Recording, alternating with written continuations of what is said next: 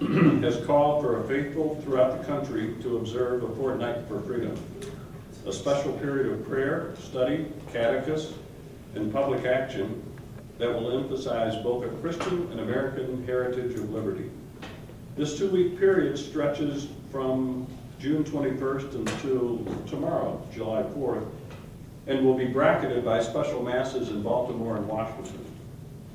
What are the bishops up to with this great national campaign of teaching and witness for religious liberty?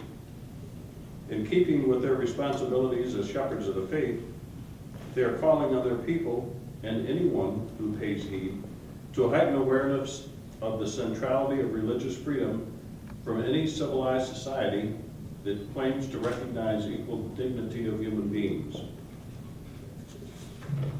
In short, defense of religious freedom is more needed now than it has been for many years, and the confrontations between freedom and authority run deeply through layers of other political debates over sexuality, marriage, healthcare policy, discrimination law, humanitarian relief, and foreign affairs. New confrontations are bound to occur as long as our political system fails to restore and preserve a proper understanding of religious freedom.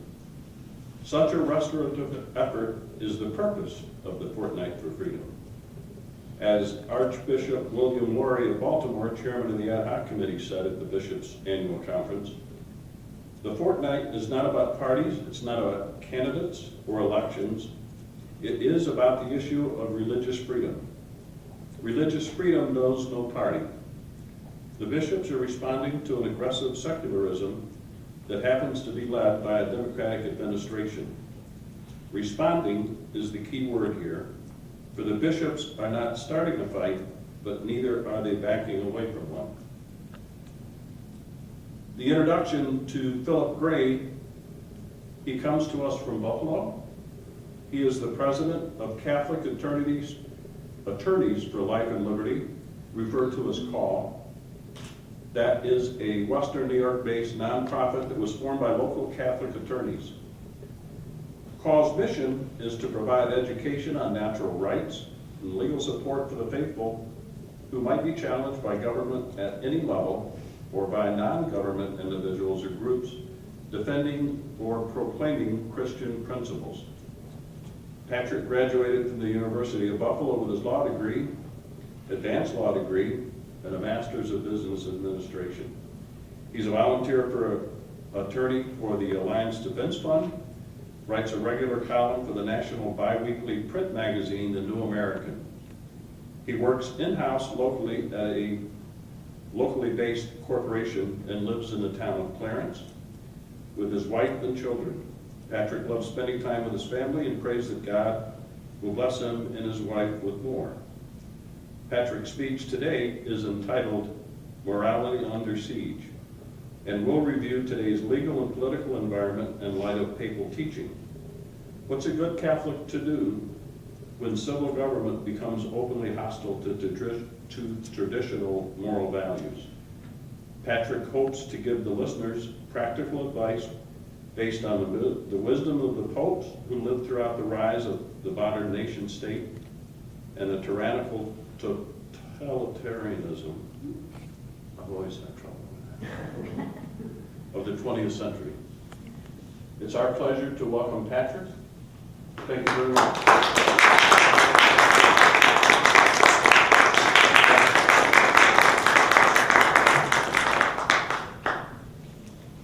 Well, I'd like to thank Joe O'Mara today for giving me the opportunity to speak to everyone.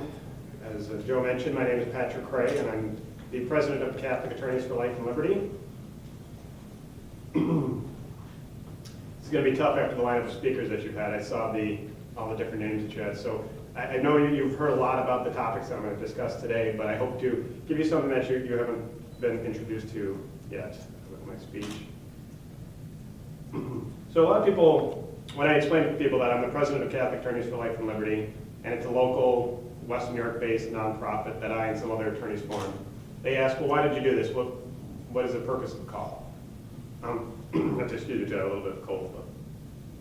But what does CALL do? That's the acronym CALL, Catholic Attorneys for Life and Liberty. Well, one of the things I and some other attorneys who are Catholics were sitting around, and after the gay marriage law passed in New York State this past summer, last year now, coming up in a whole year, we were talking about the political climate and the legal climate, and we can see the writing on the wall. We're about to enter some dark times in the history of this nation. The government has grown so big and is so oppressive that it intrudes into almost every aspect of our lives. And liberties that we took for granted just a few decades ago are now being imperiled. It's not too much to say that this godless government is growing more and more hostile to traditional morals. And we can see that faithful Catholics are headed towards some serious persecution. Now, when I use the word persecution, I'm not talking about anything as severe as the guillotines of the French Revolution or the firing squads of the Mexican Marxist regime, but I'm talking about a soft persecution, where the opposition will deny that there is even any type of persecution at all. Some examples would be private businesses being sued for refusing to accommodate wedding receptions for homosexual marriages, and Christian adoption agencies being penalized for refusing to place adopted children with homosexual couples. I'm talking about churches being threatened with losing their tax-exempt status if they criticize government policy, and Catholic healthcare providers being put out of business if they refuse to provide contraception, sterilization, or abortion.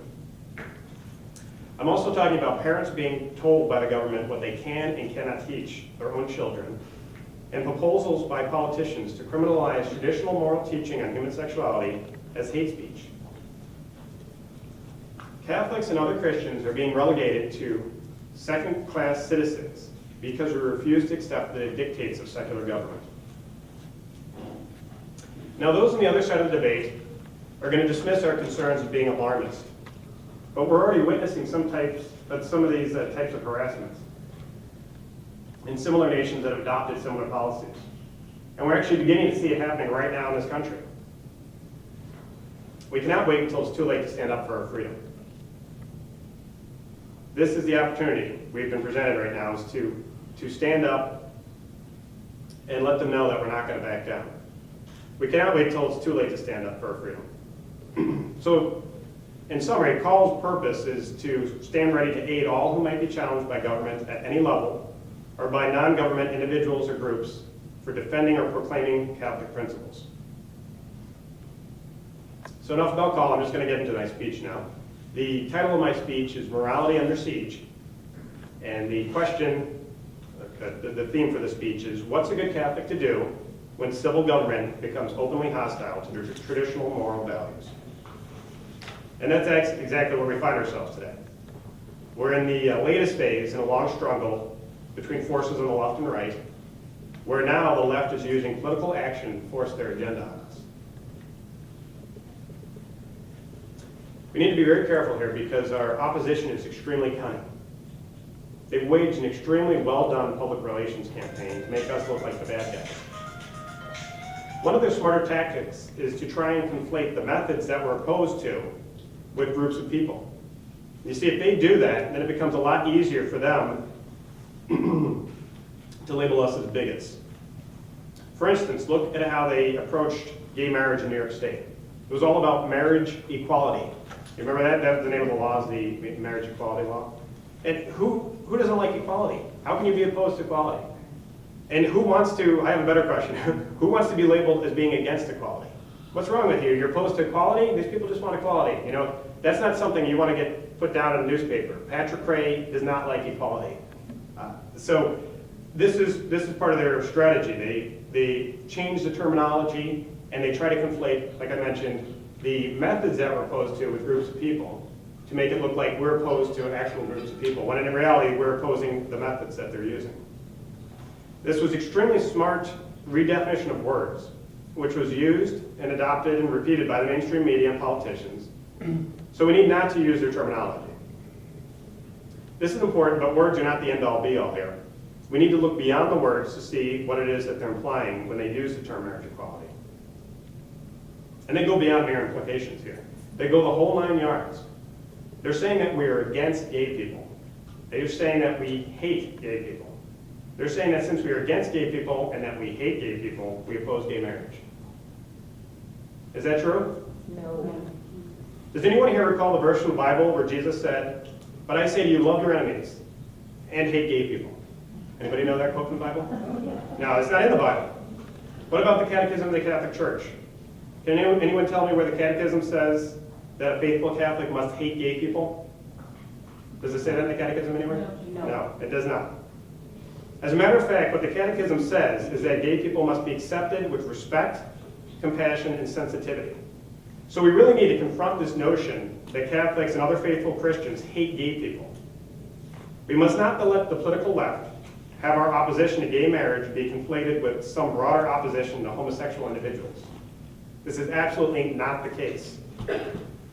I'm sure some of the people here know someone who is living a homosexual lifestyle, and we also know people who practice contraception. And how do we interact with these people on a regular basis? Every time you see them, do you go, "Sinner, you're a sinner"? Is that what you do? No, we don't do that. We treat them, as the Catechism says, with respect, compassion, and sensitivity. I wanted the direct quote here, but and that's the way we treat everyone, but not just homosexuals. We treat anyone that we encounter with respect and common decency. We're all children of God. So this is very important for us to make sure that we put this out there. Whenever anyone tries to label us as bigots and say that we're full of hate, that's not the case. We're full of love. We don't hate anyone. We're not opposed to anyone. We're opposed to the tactics of using the government to force views on us. There's been a lot of talk in the news about stand your ground laws. Stand your ground laws pertain to the government regulation of self-defense. Well, Catholics need to stand their ground right now. We need to stand right here and not move an inch. How many Catholics here, well, maybe you're not all Catholics, but how many people here know the Council of Trent? By a show of hands. Excuse me? The Council of Trent? Yeah, you heard of the Council of Trent. That's anybody familiar? Anybody familiar with the Council of Trent? Anybody familiar with that one? There is no such thing. Just because the law has been passed, we're not going to change Catholic teaching. We have to make that clear right up front. Just because the government comes along and tells us something that is changed, that's not going to change our faith. They want us to change our teachings, and if we don't do it willingly, then they're going to make sure that the government forces us to change our teachings. But I can tell you right now, Catholics do not change their teaching based on the government's laws. It's been tried before. Do you know what happened when it's been tried before? They fail every time. The Catholic Church in its entire history has never changed its teaching based on the actions of a government. Period. End of story. I say that Catholics need to stand their ground, and we need to do it proudly. We don't want anything different than what our grandparents and their grandparents and dozens of generations of earlier Catholics wanted. We want to raise our Catholic families in the faith. It's as simple as that. There's nothing more to it. Don't let anyone tell you that it's more complicated than that. The term culture war has been bandied about for decades now. And this term is euphemistically used to describe the struggle between people on the one side, like us, and these are the people who firmly believe in traditional family values and want to pass them on to our future generations. And then on the other side of the struggle is the cultural left. That's the term I'm going to use a lot today. And I need to clarify who it is when I'm talking about when I use the term the cultural left. I don't mean just people who are living a non-traditional lifestyle for themselves. I'm not talking about that. I'm not talking about people who disagree with our faith and take a live and let live approach. You know, they view life differently than us, and they're going to live their life their way and let us live our life our way. That's not what I'm talking about here. I'm talking about those who are not only opposed to traditional values, but the ones who want to use the government to penalize people who profess traditional values, who use the government to force their leftist agenda on us. That's who I'm talking about today. This is the key distinction that we need to make. That is, the people that we're opposed to here are the ones who are trying to use the government to force their agenda on us, not just people who are living a lifestyle that conflicts with their traditional teaching. This is actually a more recent tactic. I mentioned the term culture war. It's been going on for decades now, but the left actually using the government to force an agenda is a much more recent tactic. At the dawn of the culture war, the cultural left simply tried to use educational institutions and the media to promote their agenda. That strategy has evolved. And now we're witnessing them use the government force through a Trojan horse of equality to force their agenda on us and criminalize traditional moral teaching. And it's not going to stop. I'm sure you've encountered it definitely online, but they use the term bigot and bigoted a lot to describe Catholics in the Catholic Church.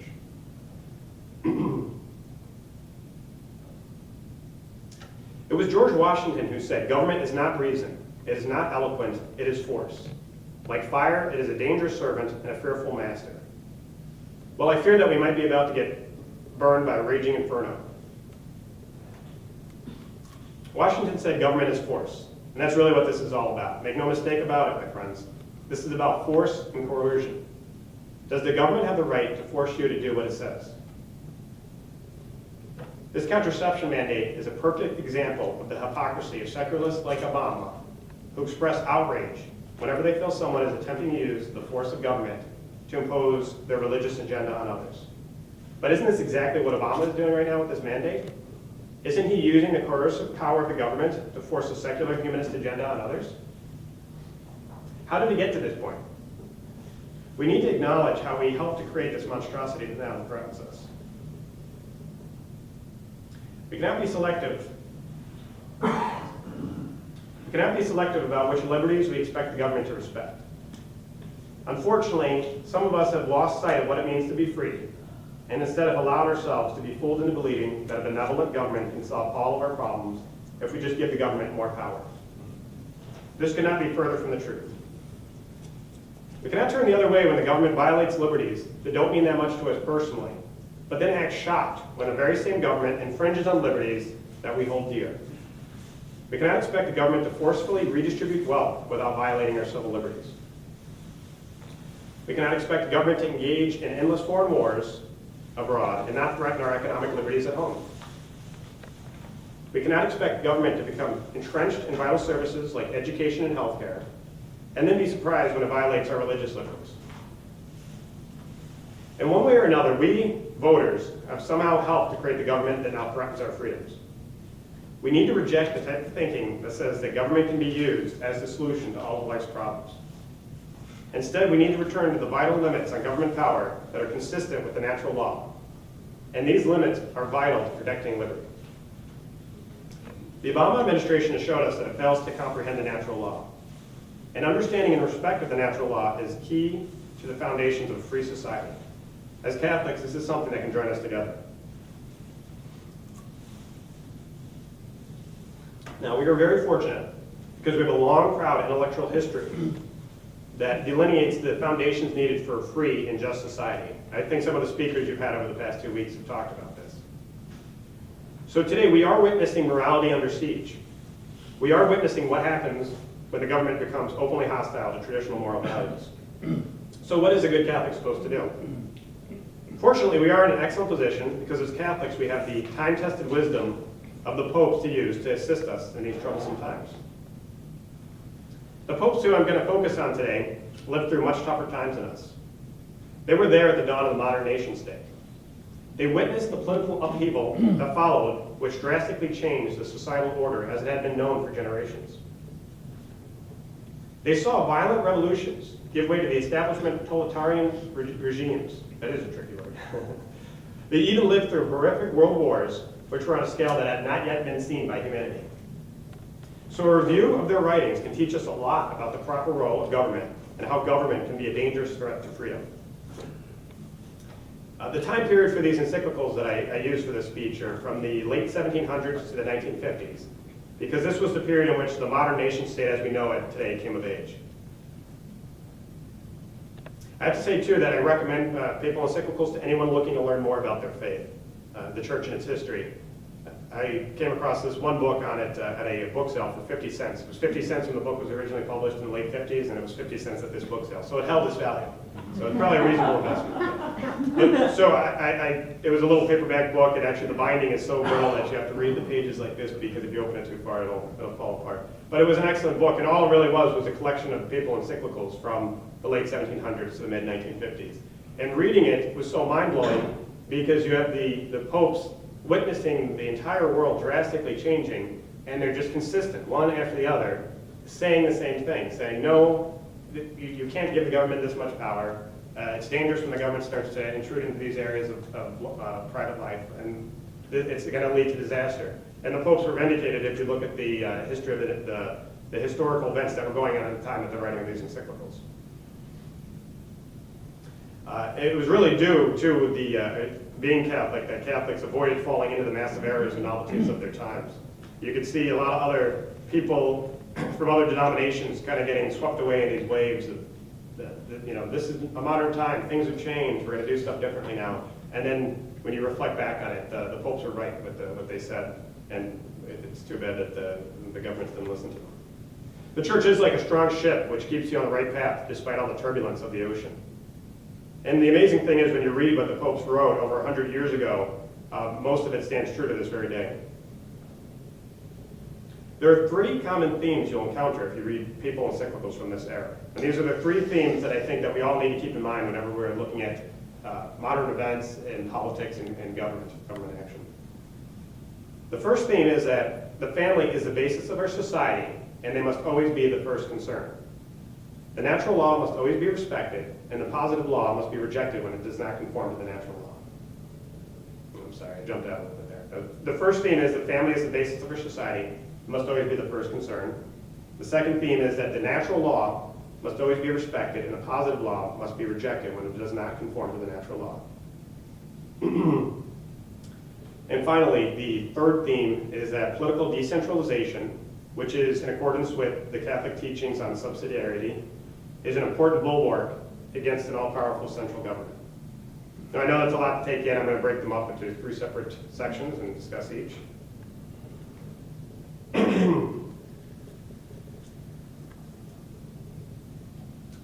So I'll touch on these 3 points individually and then use them to answer the question, what is a good Catholic to do when the government becomes openly hostile to traditional moral values? So the first thing, the family is the basis of our society and must always be the first concern. This is the first concern among everything. Anytime you're talking, definitely about your personal life, but anytime you're talking about something where we're talking about what's best for society, what are we going to do with the legal system and politics, you need to think about the family. The family comes first. And I'm not using Marxist terminology here when I use the phrase, when I talk about families, like the Working Families Party, where they try to incorporate families into support for socialism and increasing government power. That is not what I'm talking about at all. If anything, socialism is a direct threat to families, and the popes knew that. They saw what would happen if the government intruded into areas like charity, which are best handled by the community and the church. The government has a crowding out effect. If you let the government in the door in any aspect, it will eventually dominate that entire area. And we can look at many different examples that are going on. The first one, if you look at charity. When it came to private charity that was run by the church, people were taught morals as they were given assistance. I read a quote from a history book about Buffalo that was really great. It had a great quote in there from a famous priest about charity and how he knew how to distinguish from the truly needy from the merely shiftless. That was the direct quote from him, the merely shiftless. Well, excuse me. I don't believe the government can distinguish between the truly needy and the merely shiftless. And what's happened now that we've let government in the door on charity? What's happened? The church has been crowded out. Like I mentioned, the government, whenever you let the government get involved in an area, it's going to have a crowding out effect. It's going to push out the private actors, most notably the church. Now people just get the government assistance from a value-neutral bureaucracy, and they don't learn anything about faith, morals, and how to better their lives. So look at healthcare. We allowed the government to get involved in healthcare at the state level decades ago, and the federal government got involved, and their role grew drastically as well. So what do we have today? What was the big Supreme Court decision from last week? We have Obamacare. And let me tell you, Obamacare is not the final stage here. We will eventually get to the point of a completely government-run system. Once you let government in, it spreads and completely crowds everything out. One more example, look at education. The government now almost completely dominates education. If you're looking at from kindergarten through 12th grade, it's almost completely dominated by government. Catholic schools are being closed left and right. There was a time in this country when Catholic schools, they couldn't build them fast enough, and they were so filled with students. Now, they're all being, like I said, they're being closed left and right. The government crowds out the church, and it's going to continue to do so as long as we keep supporting it and supporting its growth. So this is why Pope Pius XI said, "No one can be at the same time a good Catholic and a true socialist." So to come back to the theme of the family being the first concern, the family comes first, not the government. And this is extremely important in our day and age because the family is almost forgotten when it comes to any discussions about society. We never talk about the role of the family. A perfect example of the sad state of families in America today is what happened recently in Greece, New York. Now I know you're probably sick of talking about this story, but if anybody here not familiar with the story about the bus aide, you are familiar, right? No. Oh, you're not? Okay, so there was a bus aide who was tormented by some children, 12 and 13-year-old boys, and one of the boys recorded it on his phone and put it on his Facebook wall. Long story short, it went viral, and everybody in the world found out about this, and there was a big outcry about it, and they ended up raising about $600,000 for this bus aide just because of what she went through. But so that's the summary of the story. And I know, like I said, most of you are probably sick talking about this, but I do think there are 2 points that have been forgotten in the discussion about the story involving the bus aide being bullied by these students. These children torment this woman and then record the video on their phone. Now, if I could just interject here and say something, what does a 12-year-old boy have a phone that records video that well? I have a phone that barely makes phone calls. and this iPad's my wife, by the way, it's not mine. So he records the video on his phone, and then he goes and he posts it to his Facebook wall. Now, I have to ask another question. What is a 12-year-old boy doing on Facebook? Apparently, he's posting videos of him tormenting a 68-year-old woman. Now, here's the really sad part. The video gets copied from the wall from his Facebook webpage by somebody who saw it and didn't like what they saw. And they copied it to YouTube, and they put some messages up there about, you've got to show people that this happened and expose this kind of bullying that was going on. And within hours, millions of people see this video, and it becomes a global phenomenon. Now, this is what was not mentioned in the coverage of this. But do you know what that means? That means millions of people across the world knew about this child's bad behavior before that child's own parents did. Isn't that sad? And then we live in such a consumerist society that people celebrate this woman getting over $500,000 in donations, which is nice. It was nice that people did that to her. But our culture now equates money with happiness, and we know that's not the case. Just having money is not going to make you happy. These children don't know basic Christian principles because their parents never taught them. Their parents bought them an iPhone, but probably never bought them their own catechism. And this was a really scary part. This was another thing about this news story that not a lot of people talked about, but really I saw it as a wake-up call. After this news story broke, what did the public demand? Does anybody remember what was the big outcry for the people who were familiar with this story and followed in the news? Anybody remember what everybody was saying? Excuse me? Just an apology. Well, that's what reasonable people were saying. Was there any more? They wanted to have a lawsuit against the children. Civil suits. A lot of people were actually advocating pressing criminal charges against 12 and 13-year-old boys for bullying this bus aide. It was repeated time and again. And actually, the local law enforcement were saying, well, let's calm down a little bit here. But people were contacting local law enforcement and trying to get them to press charges against these children. They were also issuing death threats to the family. Yeah, people were now they were emotionally tormenting the children. They tormented this bus aide. Now people were calling them up. So this kind of illustrates my example of when you let the government into a certain area, though they crowd out private actors, they crowd out the family, they crowd out the church, and then on top of that they feel miserably about what you let them in the door to do. So first of all, the parents have not done their job as parents here. They haven't taught their children how to treat their elders with respect and decency.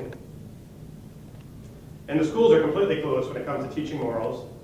And so the public tells the government at that point that they want them to get involved even more by having law enforcement press charges against these children. If we continue on this path of parents neglecting their duties as parents, schools just failing and not teaching children any morals, the children acting badly, and then us telling the government to do more to reprimand these children, we are going to create a godless police state for future generations. Parents need to recognize that it is our responsibility as parents to raise our own children. It's not the government's role. We shouldn't want the government involved in that area. Pope Pius XI wrote, "In the first place comes the family. instituted directly by God for its peculiar purpose, which is the generation and formation of offspring. For this reason, it has priority of nature and therefore rights over civil society. Now, their writing is, once you start reading a couple of them, it starts to flow a little bit better because they're very consistent in the way they're written. But what the Pope is saying here is that families take priority, and we really need to reclaim our priority over our kids. It's not up to the school administrators to teach our children what's right and wrong. It's up to us. And when they do act out, when they misbehave, it's not we should not then be advocating the government to get involved even more so and then reprimand our children. Again, that is our concern as parents.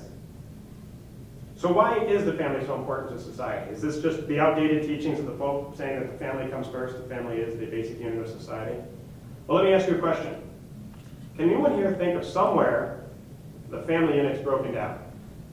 Where is there a geographic location where the family unit's broken down? Where promiscuity is running rampant, where out of wedlock births are high, where children are born into homes without fathers. Anybody think of any type of location? Inner city. Inner city, exactly. That's exactly what I'm talking about. Our inner cities. Look at the inner cities of any city, even smaller and mid-sized cities like Buffalo or Rochester, and you'll see what happens when the family unit breaks down.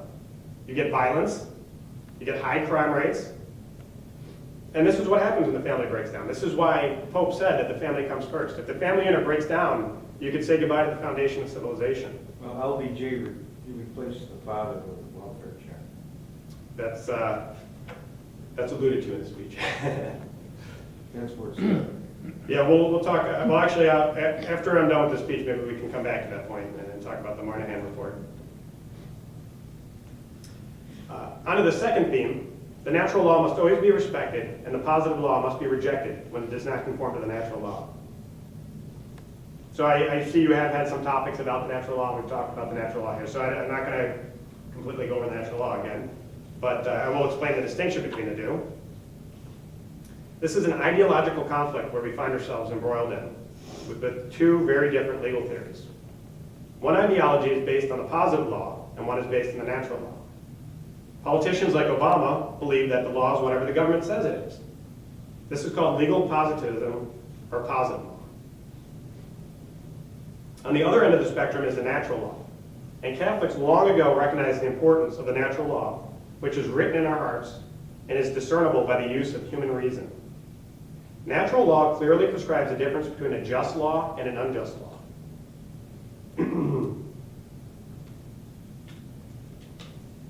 Natural law delineates the difference between the natural rights to life and liberty and the dubious positive rights to gay marriage, abortion, and forcing someone else to pay for your contraception. Anyone here ever read the Declaration of Independence? That's a great explanation of the natural law. The Declaration of Independence reads, "We hold these truths to be self-evident, that all men are created equal, and that they are endowed by their Creator with certain unalienable rights." Did you notice something important at the end there? It says Creator. They're talking about God. Our rights come from God, not from the government. Power-hungry politicians like Obama hate to hear that because they like to think that there is no higher power than the government. But we all know that's not the case. The government doesn't give us our rights. God gives us our rights. The only proper function of the government is to protect those rights from infringement. Read over the Bill of Rights, and you will not find a list of positive rights. Instead, you'll find a list of restrictions on government power. The Bill of Rights explains what the government is not allowed to do. This is why the natural law is so important. Much like the text of the Bill of Rights, the natural law places important restraints on the power of government. It is very difficult for a system that operates based on the natural law to turn to tyranny. But this is not true for one that rules through the positive law. If the law is whatever the government says it is, and the government can rewrite the law as it sees fit, then there's no serious obstacles to its growth. Pope Pius IX wrote about the errors of the positive law and his syllabus of errors. Pius IX condemned the notion that the state, as being the origin and source of all rights, is endowed with a certain right not circumscribed by any limits. Isn't this what we're living through? Is there any area of life where the government doesn't feel it has the right to intrude? Are there any serious limits on government power anymore? I fear for this nation when I reflect on how badly the deck is stacked in favor of state power. We've witnessed the travesty of positive law with the U.S. Constitution, where it has become a living document, and it has been used to justify all kinds of government overreach. A constitution that at one point in time was viewed as only granting specific enumerated powers to the U.S. government has become a blank check for politicians to use for whatever causes their special interest demand. From billion-dollar bailouts to unjust wars, the Constitution is simply an afterthought. If the president decides to go to war, he just does it. There's no longer a need for a congressional declaration of war. Now we've even gotten to the point where the president, like Obama did in Libya, can just do it without even consulting with Congress. And this is from a president who was a former constitutional law professor. Before he was president, Obama even made public statements about the limits of the president's war-making powers. But now that Obama has ascended to the throne of our king-like presidency, his selective memory kicks in, and he operates without any regards for constitutional limits.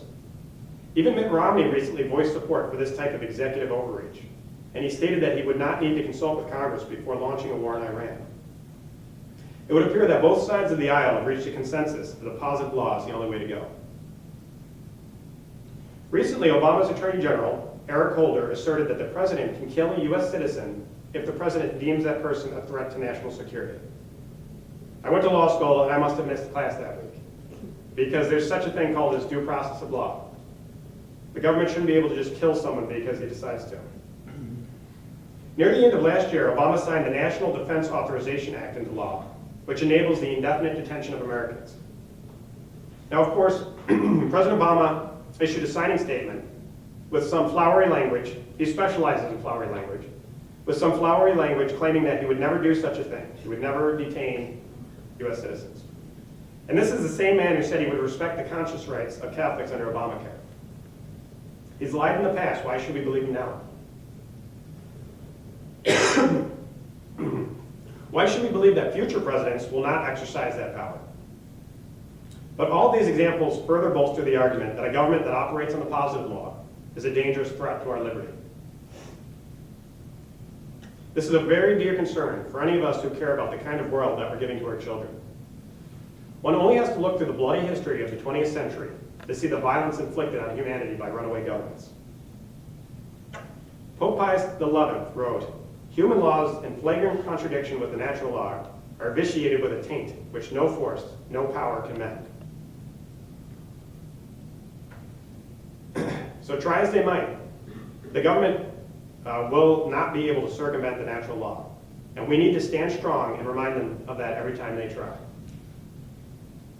The Venerable Pope Pius XII wrote, "The idea which credits the state with unlimited authority is not simply an error harmful to the internal life of nations, to their prosperity, and to the larger and well-ordered increase in their well-being. But likewise, it injures the relations between the people, for it breaks the unity of supranational society, robs the law of nations of its foundations and vigor, leads to violations of others' rights, and impedes agreements and peaceful intercourse. So let this be your warning. If the government continues to ignore the natural law and follow the error of the positive law, it will bring us all down with them when they inevitably fail."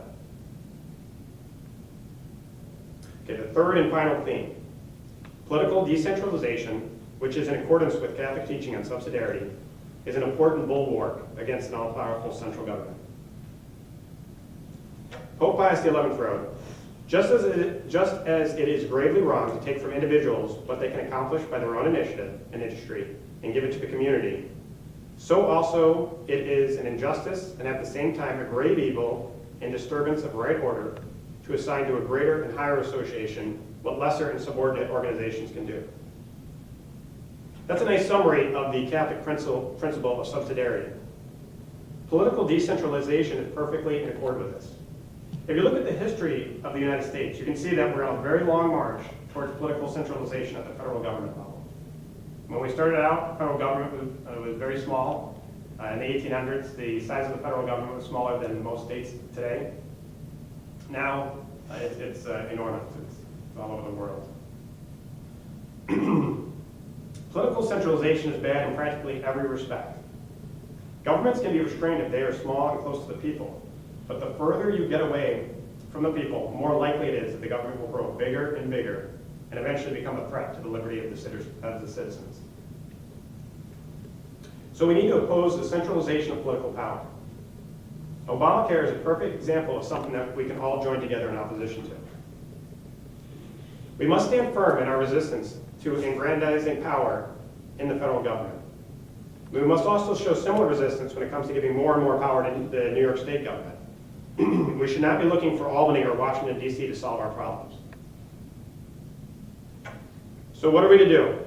What are we going to do now? Are we going to hold more rallies? Are we going to schedule more speeches? No, I think now is the time for political action. The popes wrote about that too.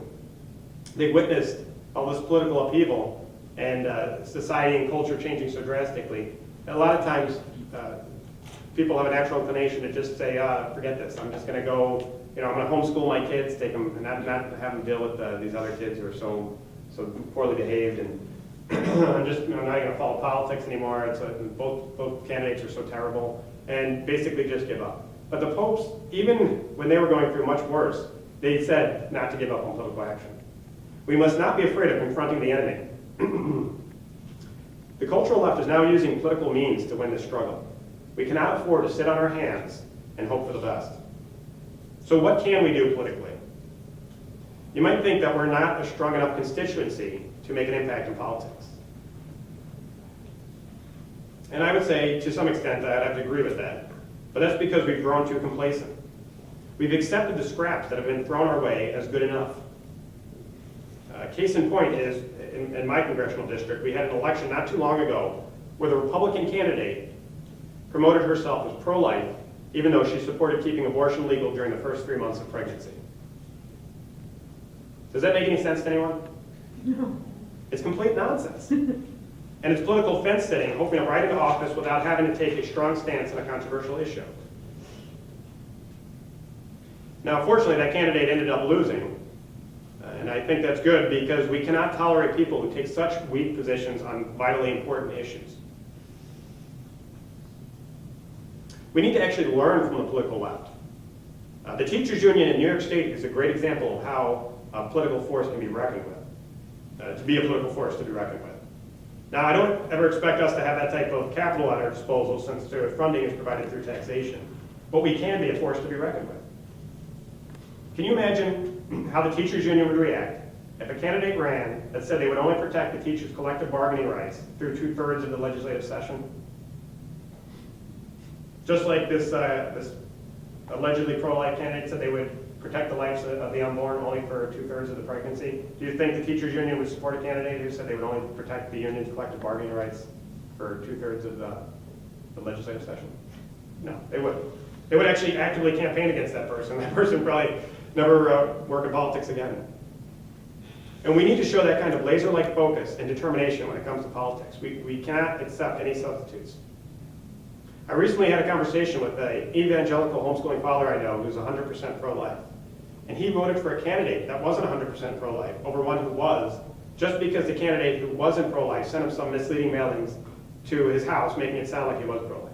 Now, the one who wasn't 100% pro-life had much more money, and that's why he was able to do that. He sent the mailings to the person, and the person looked at came to his house and said, well, I'm pro-life, this says he's pro-life, I'm going to vote for him. And he didn't really go the extra mile and look into it and see if there was any more to the story. And it is true that money talks in political campaigns, but we really have to train ourselves and other like-minded voters to just stop listening. If money talks, we have to stop listening. We need to hold their feet to the fire. We can't just be counted on to reflexively vote for someone without expecting something in return for our support.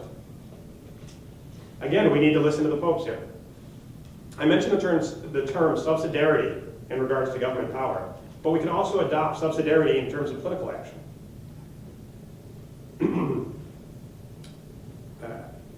Just as a sidebar, I prefer the term traditionalist to conservative. One of the many reasons I prefer it is because of this quote from Pope St. Pius X. For the true friends of the people are neither the revolutionaries nor innovators, but the traditionalists.